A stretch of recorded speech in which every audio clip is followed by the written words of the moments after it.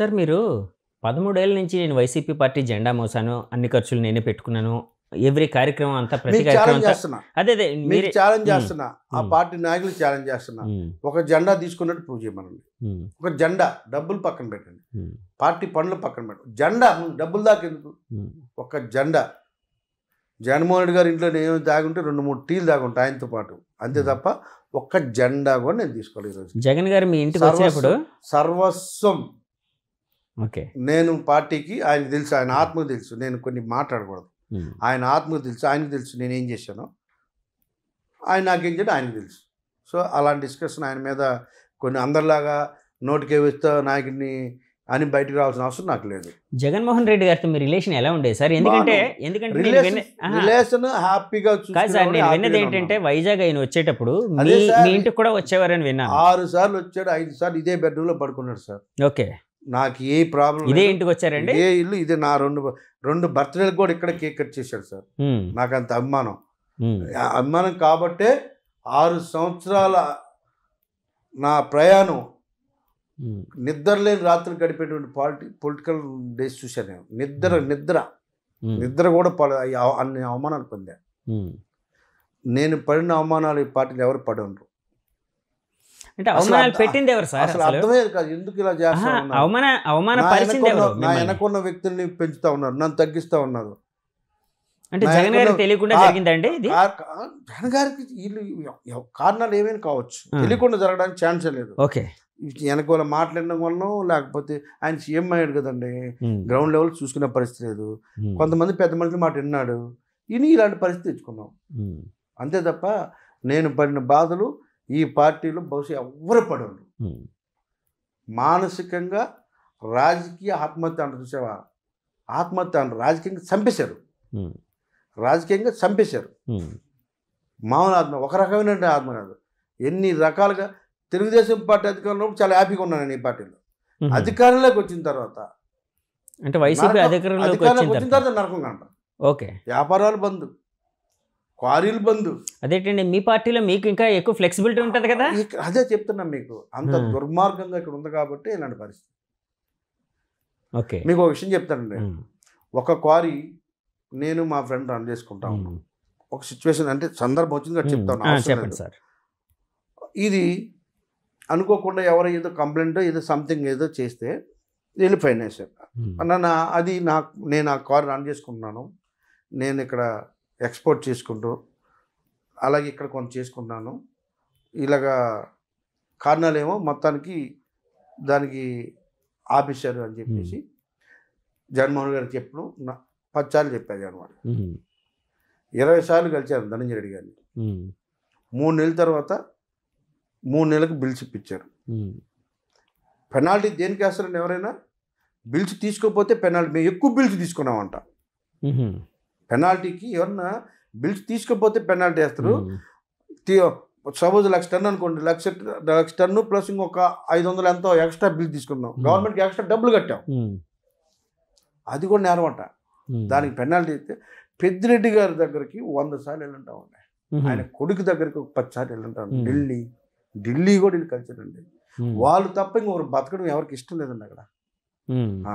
వాళ్ళే ఆయనే రాచరికం చూసావా, హ్మ్. ఆయన ఏదో దేవుడు ఉంటాడు చూసావా, ఆయన ఎలా గెలుస్తున్నాడో కానీ ఆ చిత్తూరుపల్లి ఎందుకు గెలిపిస్తున్నాడో తెలియదు కానీ దేవుడు ఉంటాడు చూసా, దేవుడైనా సరే ఒక నిమిషం వెంకటేశ్వర స్వామి దగ్గర దండం పెట్టుకోవడానికి 2 నిమిషాలు టైం ఇస్తుంటారు. అబ్బాబ్బా ఆయన పోజ్ చూస్తే మరి ఆ ప్రజలు మరి ఇంకా అర్థం చేసుకోవాలి. అంటే కలవడం కుదరలేదండి పెద్దిరెడ్డి గారిని? అసలు ఆయన మాట్లాడి అంటే వెళ్తూ ఉంటాడు ఆయన ఏంటో, ఆయన ఏంటి ఎవరికి అర్థం అవ్వదు.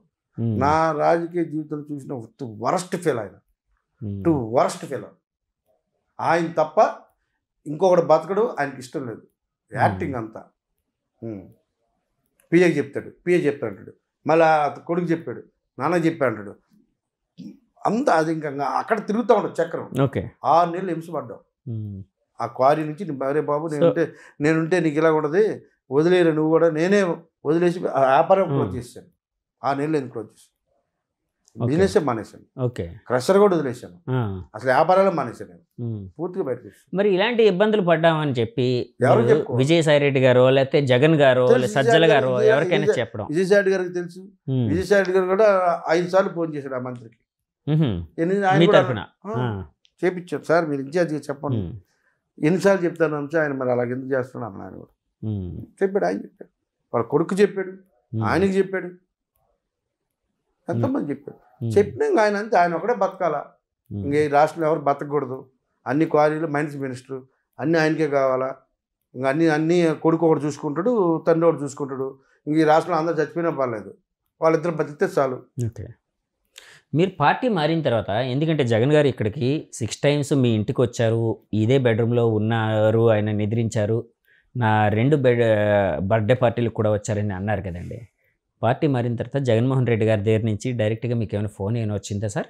పెద్దలు ఫోన్ చేశారండి, ఫోన్ చేశారు, కానీ ఇంకా నేను డిసైడ్ అయిన తర్వాత. అంటే పెద్దలు అంటే ఎవరు సార్? సాయి రెడ్డి గారా? చాలా అందరూ, సుబ్బారెడ్డి గారా? అందరూ ఫోన్ చేశారు. ఇంకా నేను డిసైడ్ అయిన తర్వాత నేను ఎక్కువ రోజులు నాంచను.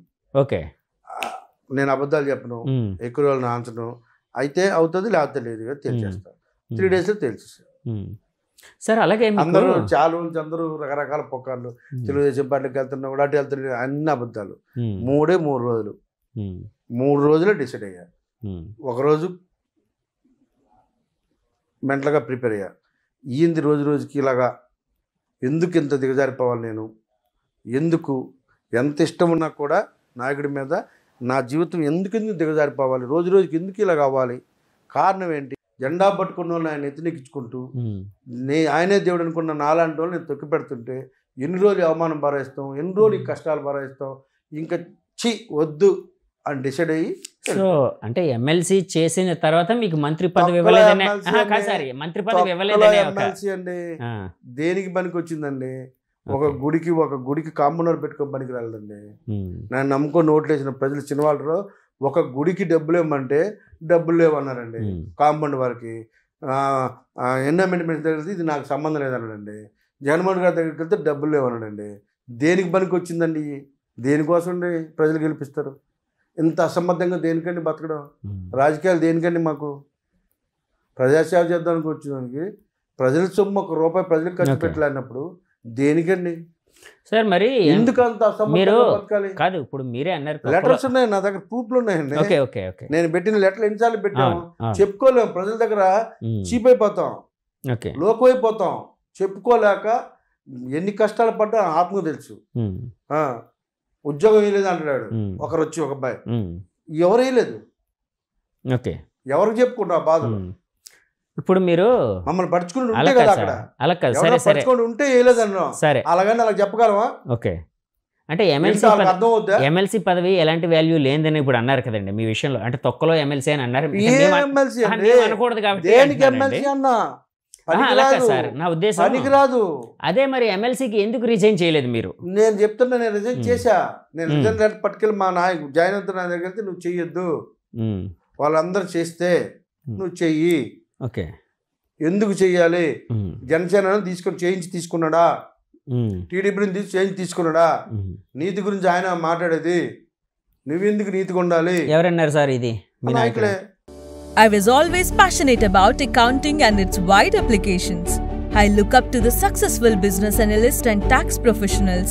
Sun's bachelor programs are powered by market-relevant studies and industry-leading practices. Sun International, Hyderabad, Visakhapatnam.